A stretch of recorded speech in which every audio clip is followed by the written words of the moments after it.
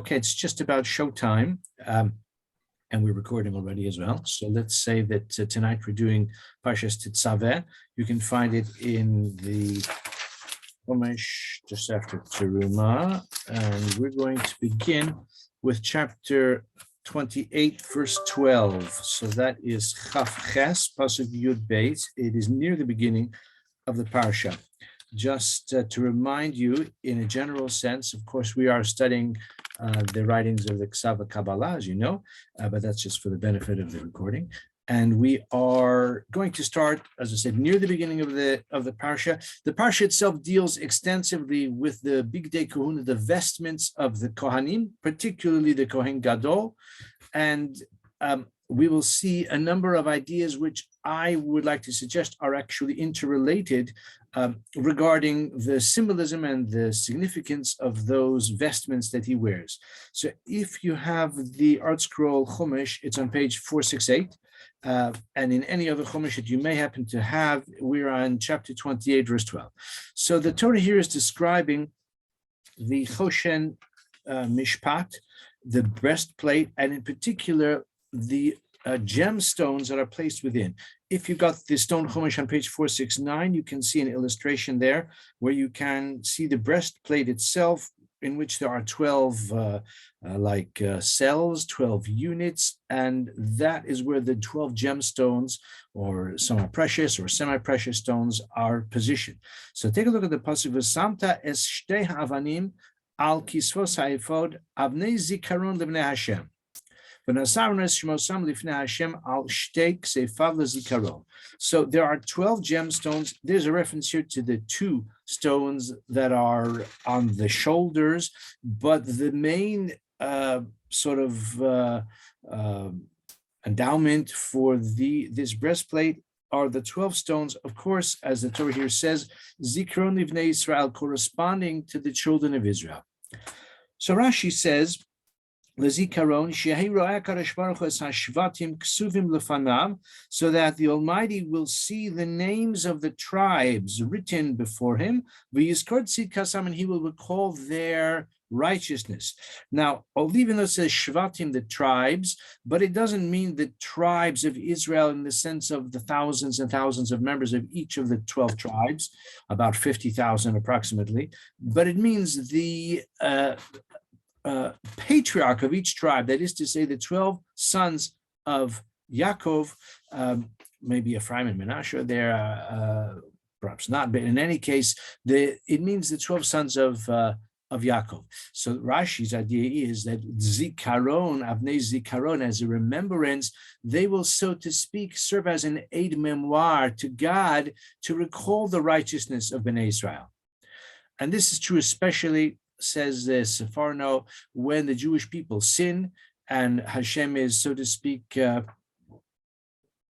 inclined or there are grounds to punish the Jewish people because of their wayward manners, the gemstones and the names of the 12 tribes of Israel remind Hashem of their merit. And again, especially for those who recall a little bit of biblical history, I'm talking about after the days of Moshe Rabbeinu, the days of the Shoftim, the days of the kings, in the book of Shmuel, in the book of Malachim, in the book of Judges, of Shoftim as well. Unfortunately, we have almost continuous account of the travails, the turbulence, frequently the treachery and the bloodshed and the shocking idolatry of the Jewish people. I'm sorry to say, but that's what we read about when we read those books of the Tanakh. My point is that in the future of Jewish history, it makes a lot of sense to say that Hashem will hopefully recall the merit of the patriarchs, the merit, Zchus Avos, of not just Avram, Yitzchak, and Yaakov, but rather the 12 tribes, that the members of those tribes may have sinned, but don't forget the merit of Yosef, the merit of Reuven, the merit of Yehuda, of Levi, etc.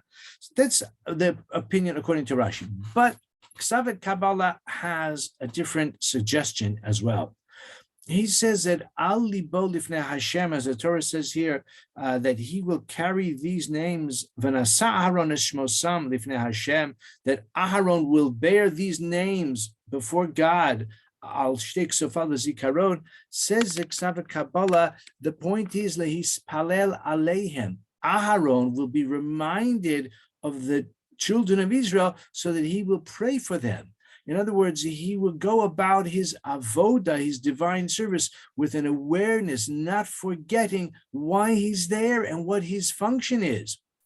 And he makes the, I think, quite compelling observation that al derech hapshat, according to the straightforward meaning of the text, it's much better, much more satisfying to distance forgetfulness from God.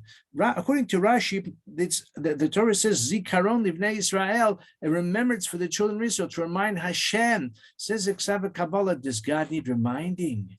Is God prone to forgetfulness?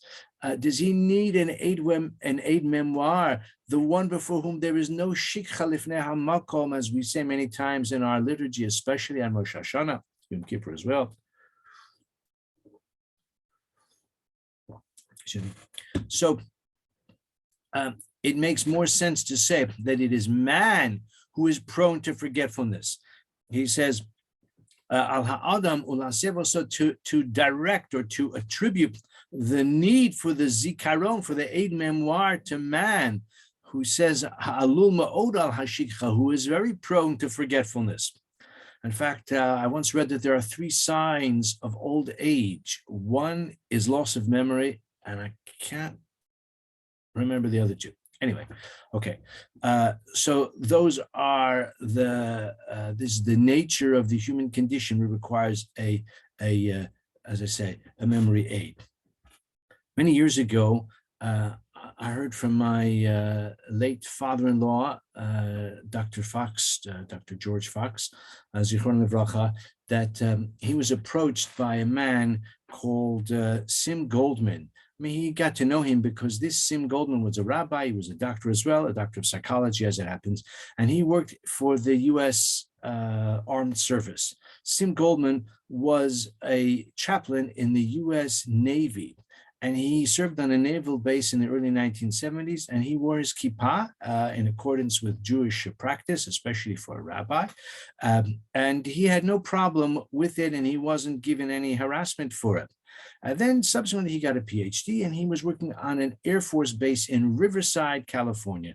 Probably not too many of you have ever heard of Riverside, California, but that is Rebbe and Ruthie's hometown before they moved to the big city. And so the family lived in Riverside, and Dr. Fox had his practice in Riverside for many, many years. So he got to know this Rabbi Dr. Sim Goldman, and in the Air Force Base, he had a lot of harassment from the commanding officer.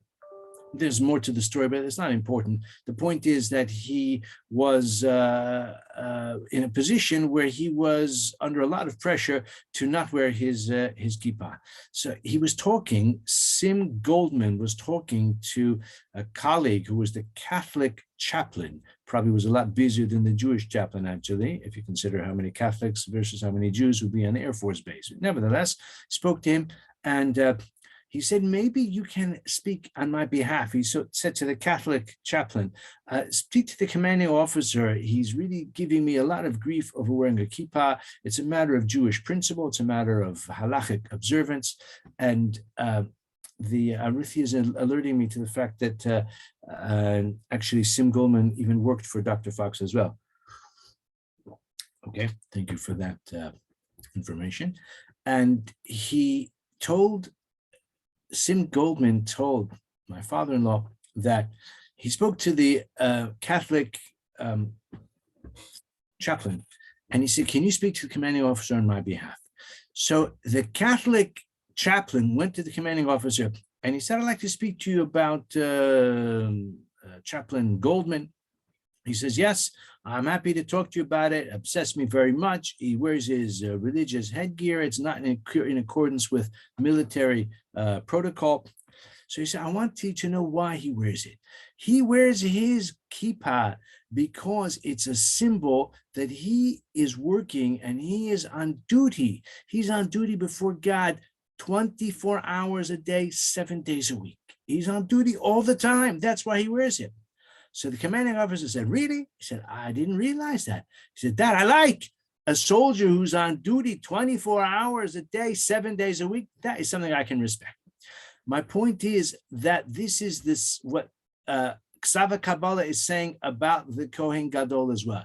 It is a symbol of his responsibility. And for that matter, a Jewish man wears a kippah. It is a reminder of why he is in this earth in the first place. He is here as a servant of God.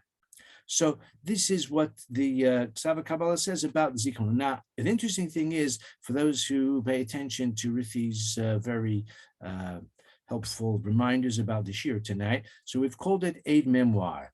And actually, that theme is going to be common to the other passages that we'd like to explore together tonight.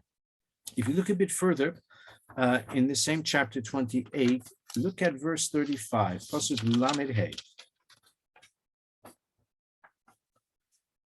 Vayal Aharon Leshares. Now here, the Torah is describing the me'il, the robe that the Kohen Gadol would wear. And there was a distinctive feature of this robe. And if you've got the stone chumash, you can see in the illustration there exactly what, well, one illustration, one possibility of what that feature is.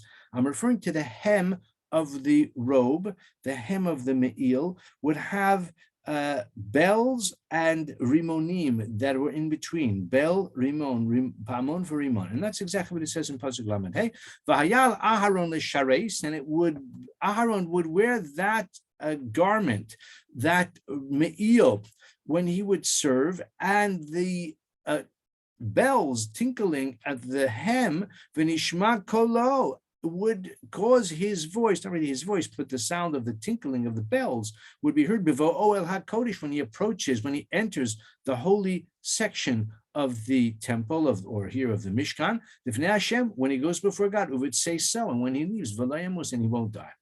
By the way, this wasn't when he entered the Holy of Holies.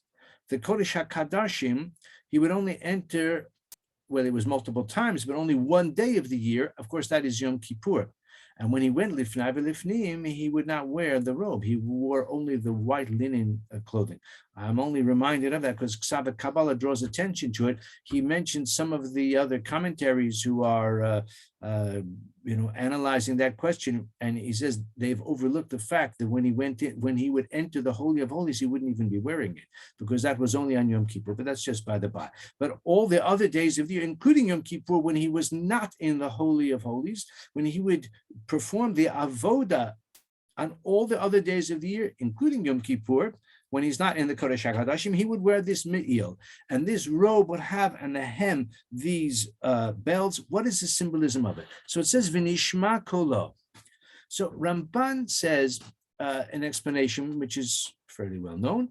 Ramban says the following: he has, I wouldn't say a problem, but he sees the need to provide an explanation for this feature of the me'il, because Ramban explains in his sort of introductory essay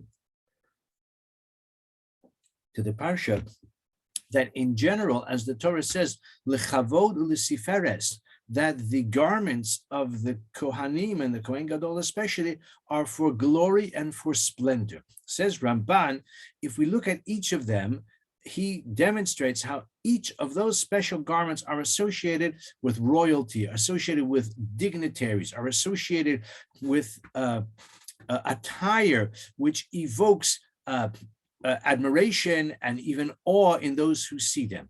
And he demonstrates how the fabric and the colors and the nature of those garments are associated, he shows through biblical and other evidence, with royalty and, as I say, with those of high social status. And of course, it's natural, therefore, that the Kohanim should be attired in such a way. But the Ramban, therefore, needs to explain about the bells, because we don't find that royalty wear bells in this manner. So Ramban says that it does fit into the imagery or the metaphor of service in a palace, because it's not right for anyone, even the king's closest advisor, to enter into the king's chamber unannounced. And we know, of course, the very well-known example of this, the exemplar of it, is when Esther, who was the queen, said to Mordechai, I can only enter the king's chamber if I am bidden, if I am invited, if I am summoned, just to walk in unannounced, achas daso lahamis, unless the king decides to favor me at that moment. Otherwise, it's curtains for me. So that is the paradigm, and the Ramban cites other examples of that as well. So therefore, the Kohen Gadol, who is, after all, he's not the king, he's serving the king, he's serving the King of Kings. So he would have these bells as a way of symbolically like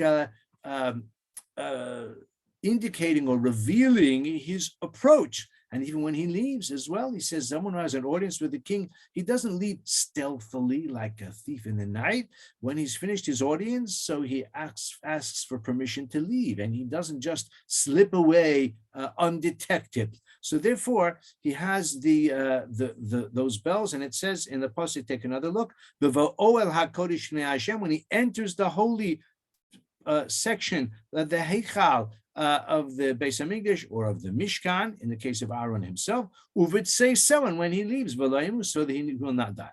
Rabbeinu Bechaya takes this even a bit further. ve-ha-Kabbalah doesn't quote Rabbeinu Bechaya, but for those who've been with us over the months and years, you know I've got a great fondness for Rabbeinu Bechaya. And Rabbeinu Bechaya quotes Ramban and extends it a bit further. He says, according to the symbolic interpretation, says Rabbeinu Bechaya, even the angels would flee. He would alert the angels as to his arrival, because when the Kohen Gadol is going about the avodah, even the angels don't have the right to be sort of interlopers in that relationship with Hashem. He is arraying the prayers of the Jewish people, so that even the malachim themselves have to leave.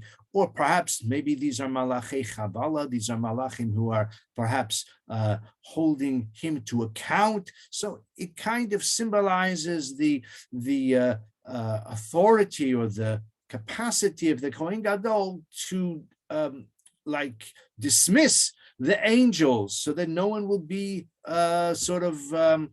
intruding on his audience with Hashem. Okay, that's just, as I say, a little bit further elaboration. I'll mention one further thing, which is a very practical Musar observation as well, which Rabbeinu Bechaya also mentions, that those bells have a very simple symbolism, and that is a person should not enter any room or any dwelling, even his own, unannounced. He should knock on the door, he should ring the bell. If he opens the door, he should indicate his arrival, so that he doesn't disturb or possibly startle or maybe even burst in at an inopportune moment, even into his own home. And that's mentioned in the Masechta Derech Eretz as well, and it's found in other sources also. Hashem even called to Adam, Ayeka, where are you?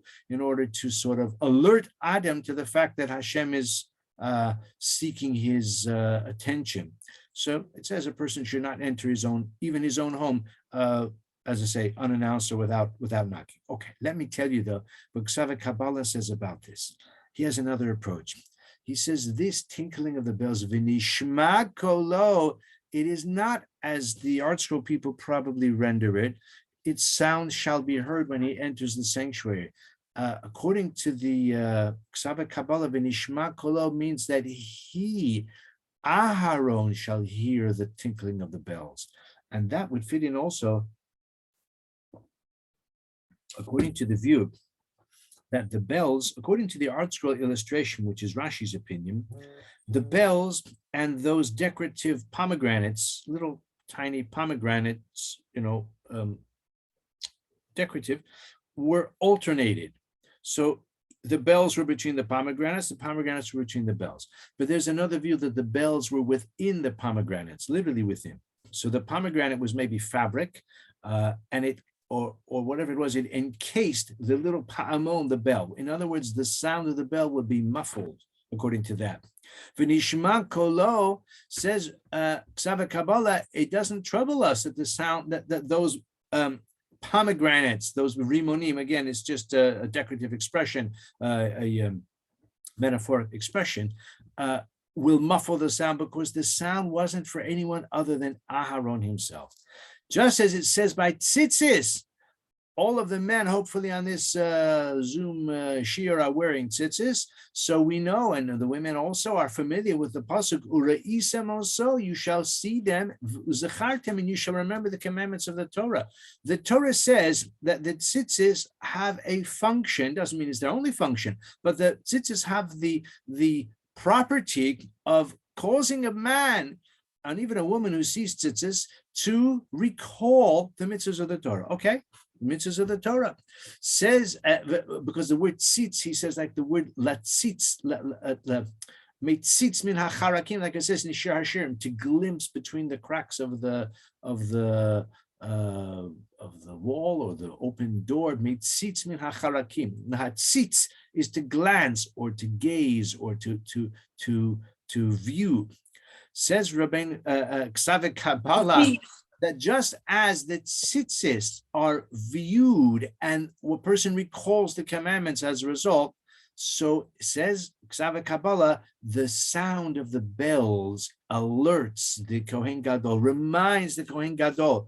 And of course, it is certainly true that not every person, not every Jew is commanded to have bells on the hem of his garments. I think it would be a bit ostentatious if everybody were to do that, or if anyone were to do it, other than the Kohen Gadol. But the Kohen Gadol is special. He has a special responsibility. He has a special urgent mission in which he represents the whole Jewish people. He has many mitzvahs which are unique to him and upon which the evocation of divine favor is dependent. So therefore, again, my friends, it's an Aide Memoire. That's how he explains it. He says, because of his exalted station and because of the many unique mitzvahs, he has to remember them, and particularly when he enters the Heichal to serve. But not only that, but it says when he goes home as well, he has to remember who he is and what he is, what his role is. He says that the reason for the bells, v'nishma kolo, that he should hear the tinkling of the bells. So according to this, it's not for the symbolism, not for the symbolism of a man or woman who has an audience with the king, and it's not for the purpose of driving out the angels, and it's not even for the general derech eretz to alert someone before you enter another person's space, or even your own space if it's shared with other members of the family, but rather it's an aide memoire. It is an audio cue, if you like, for the Kohen Gadol, that he should remember what his responsibilities are.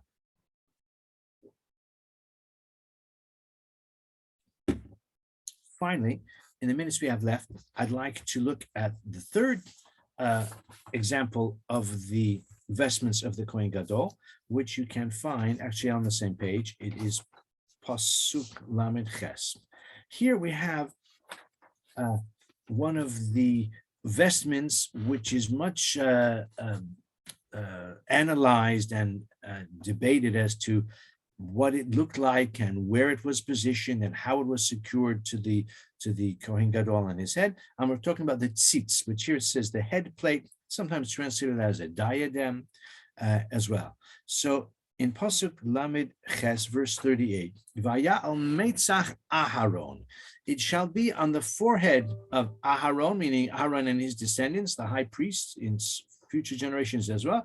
V'nasa Aharon esavon hakadashim asher yagdishu bnei Yisrael l'chol matnos kadshehem, and he shall bear the sin of the sacred items. I'll just read the English. Shall bring forgiveness for sin regarding the sacred offerings that the children of Israel consecrate for any gifts of their sacred offerings. But what concerns us, especially are the last words, V'haya al mitzcho tamid, it shall be on his forehead always, l'ratzon lifnei Hashem, to bring them favor before God. Now, these words are actually problematic if you think about it, even just superficially. V'haya al mitzcho tamid, it shall be on his forehead always, tamid. Because the the Kohen Gadol would actually not wear the vestments when he was just going about his business, when he was doing the shopping for Shabbos or buying flowers for his wife on a Friday afternoon, which I should do more often. I do it sometimes. I should do it more often. He would not wear his vestments at that time when he's just, as I say, going about his activities, even if it's a mitzvah activity. But he would not be allowed to wear those vestments. It was specifically when he was doing the avoda. So the tzitz, according to some, even to wear the tzitz, particularly, which maybe in some ways perhaps was the holiest of all of those vestments. You can see the illustration of the high priest wearing those garments. If you've got the stone chumash, page 473. And you can see, if you look closely, the diadem on his forehead that said the words Kodesh Hashem. The point is that it was not really the case that he wore it continuously.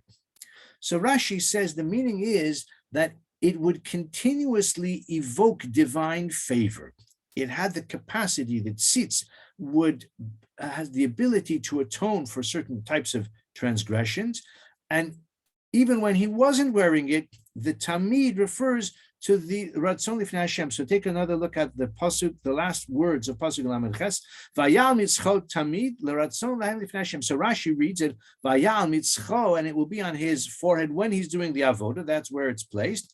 Tamid l'Ratzon Lifnei Hashem, and it will always evoke divine favor. The problem is that it doesn't. The language, the wording doesn't really support that interpretation very well. Besides which, the cantillation notes, I don't know whether you're accustomed to paying close attention to the cantillation notes, but if you do, you will see that the words al mitzcho tamid are joined together. Al mitzcho tamid, on his forehead continuously. So Rashi's idea that the word tamid refers to the ritzui, to the evocation of divine favor, doesn't really fit in with the tamim very well. So ha-Kabbalah suggests the following, that probably what Rashi means is that when he wore the garments, when he wore the other essential garments, he has to be sure to wear the tzitz as well. You might imagine that the tzitz is purely decorative.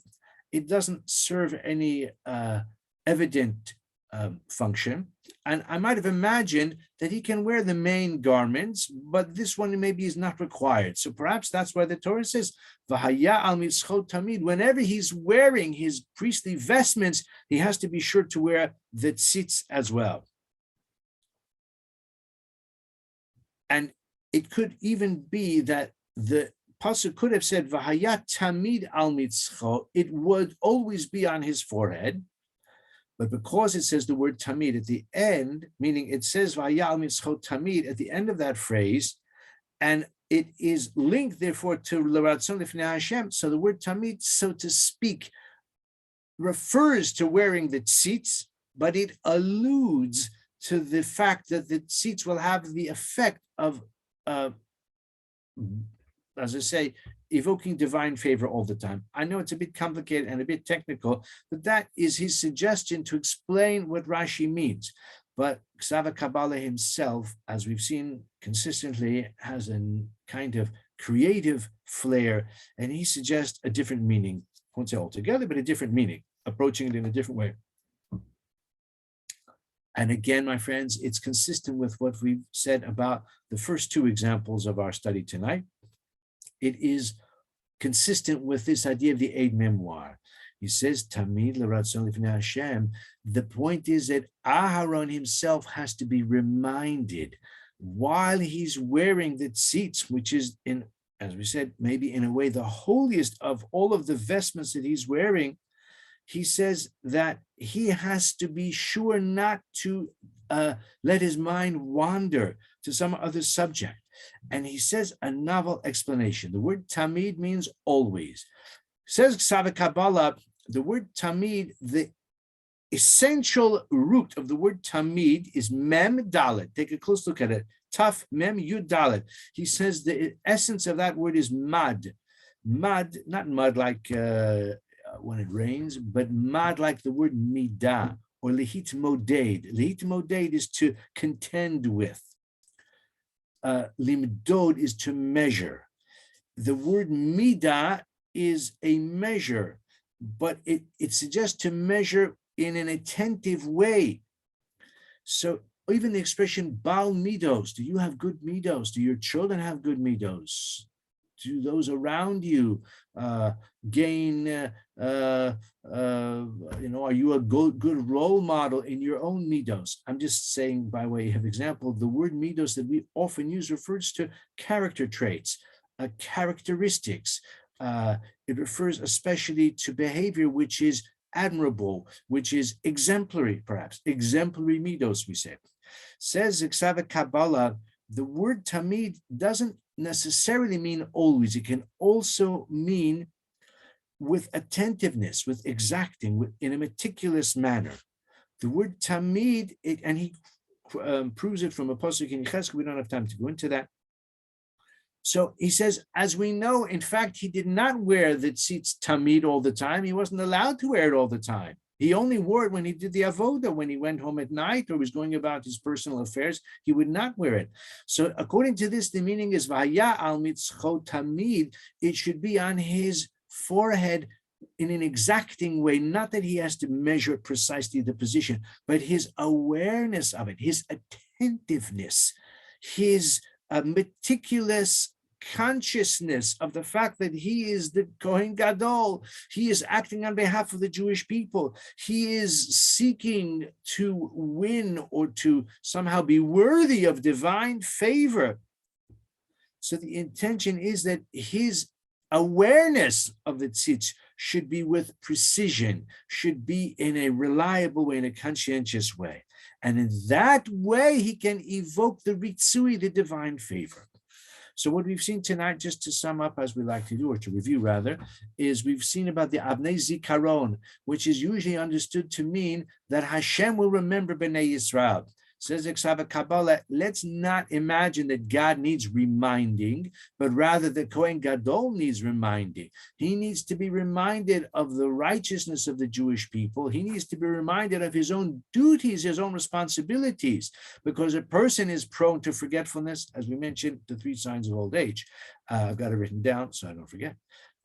And we mentioned also the man who wears a kippah because he's on duty all of the time. So the Kohen Gadol as well needed that Aide Memoire. For Nishma Kolo, we said that the tinkling of those bells is not so much to alert others to the arrival or the approach of the Kohen Gadol, even in a symbolic way, but rather it's in a practical way to remind him of who he is and what he's doing. Just as a man sees his tzitzis and he remembers, so the Kohen Gadol also hears. He has in the hearing aid, if you like, the oral reminder as well. Oral, A-U-R-A-L, yeah. Oral reminder as well. And then finally, vaya al mitzchot tamid, it shall be on his forehead always. Says ha-Kabbalah, it doesn't necessarily mean always. It means the word tamid can also mean with care, with awareness, with attentiveness, like a Baal midos or mida keneged mida, someone who measures something. He measures it to be sure that it is correct, that it is,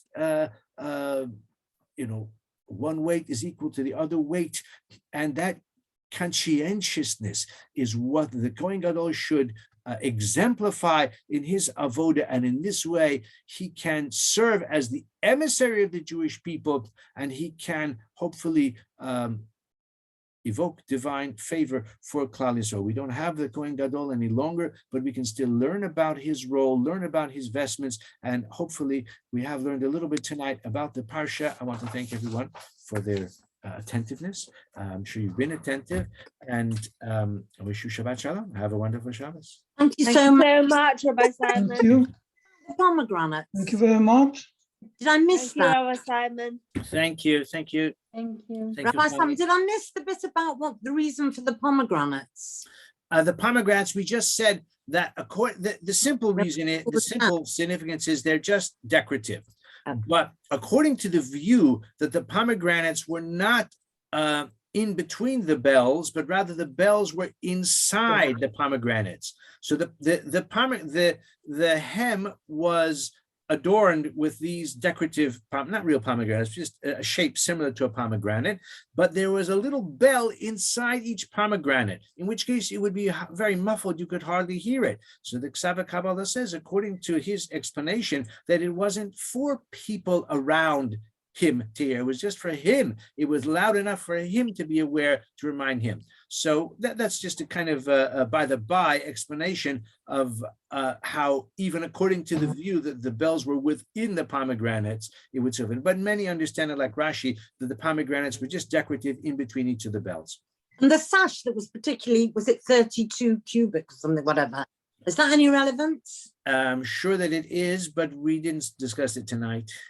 But you're right, it was 32. I saw my friend Rabbeinu Bachaya says that, when he says it on Avaya Alev Aharon, on the breastplate will be on the heart of Aharon, that 32 corresponds to the passageways of wisdom according to the Kabbalistic tradition.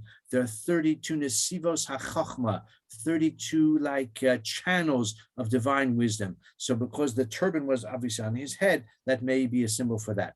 So I've got to run because I've got to daven Ma'ariv. Shabbat shalom. Okay, Shabbat shalom. Shabbat shalom.